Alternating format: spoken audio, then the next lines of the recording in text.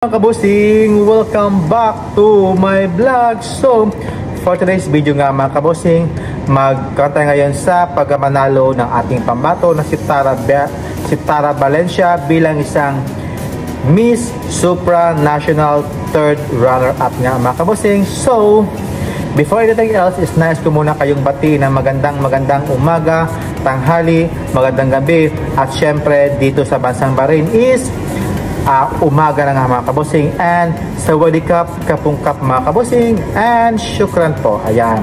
So, let's start our review for our queens na si Tara Valencia, at siya na nga ang nag-third runner-up na kakatapos lang na Miss Supranational 2025. So, bakit nga ba siya nag-third runner-up nga lang, at syempre bakit siya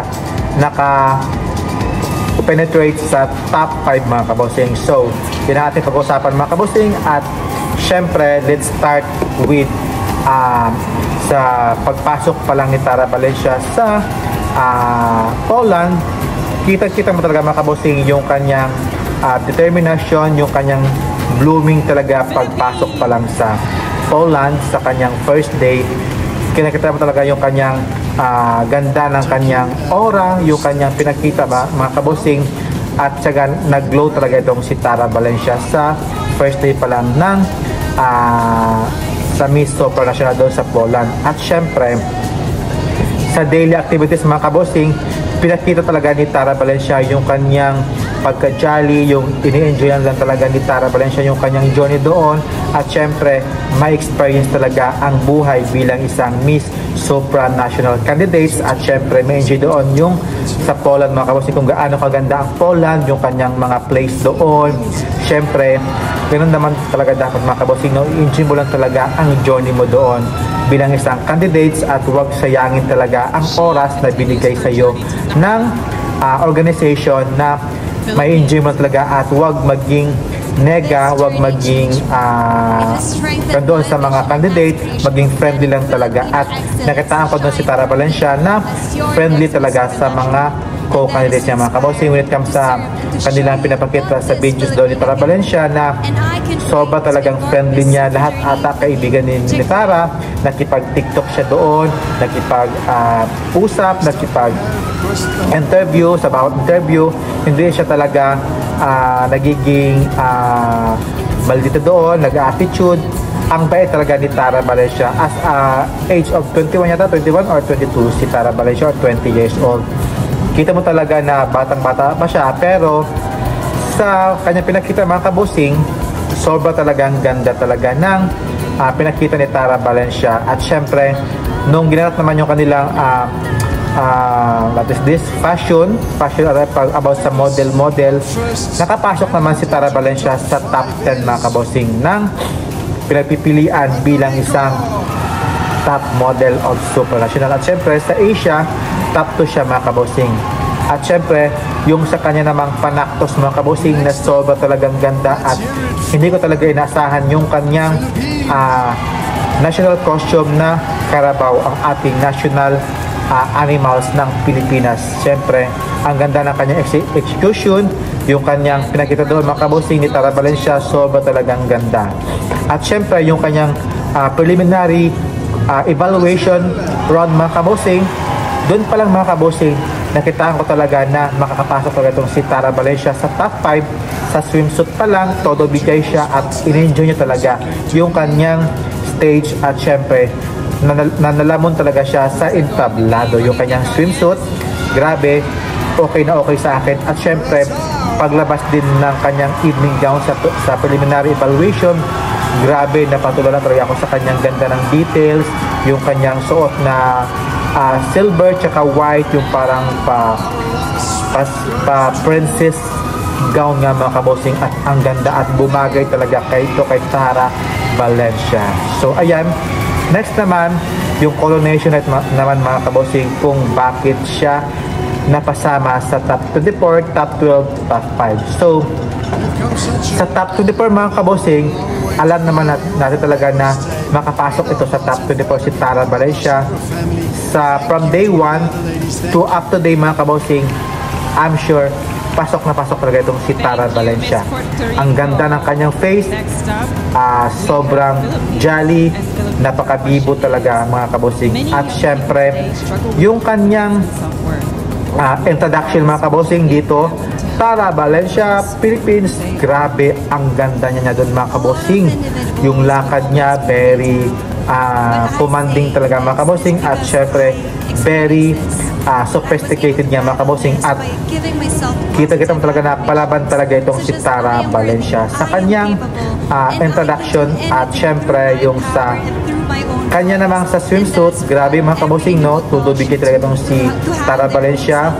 Ang lakas ng hangin doon sa front, no? Grabe, hawing-hawi talaga. Twirl ng twirl si Tara Valencia. Ang ganda ng kanyang ikot doon.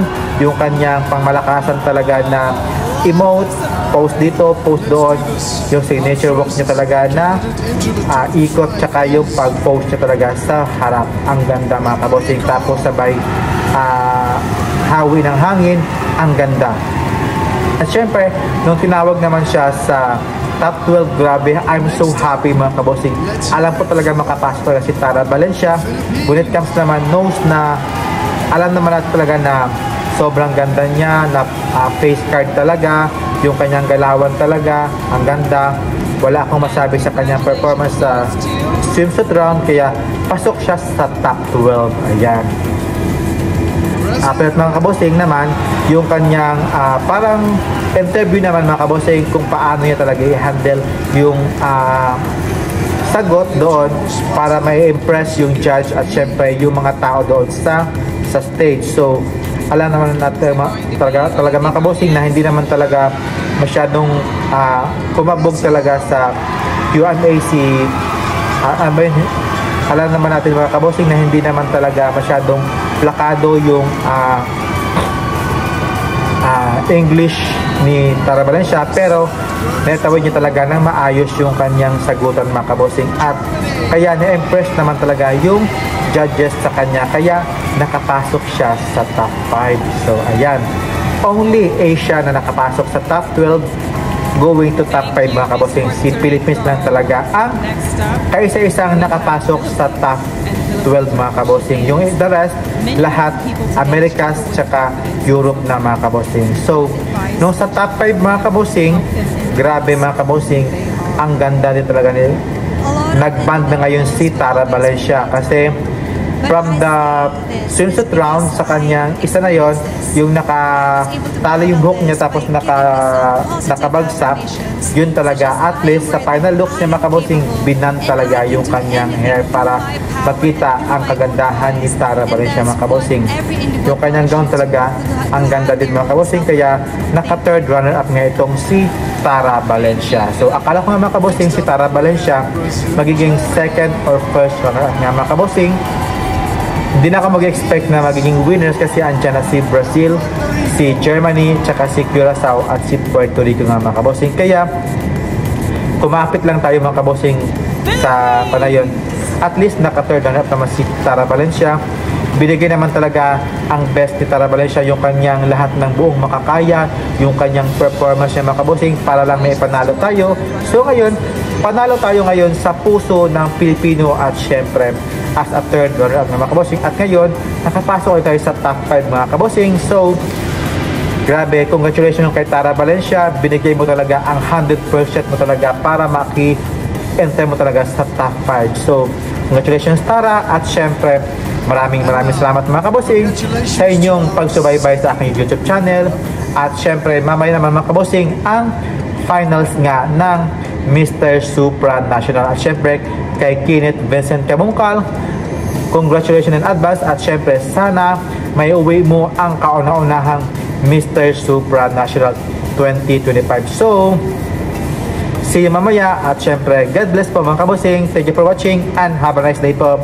Shukran and sawadee ka, kapungkap. Bye bye. God bless.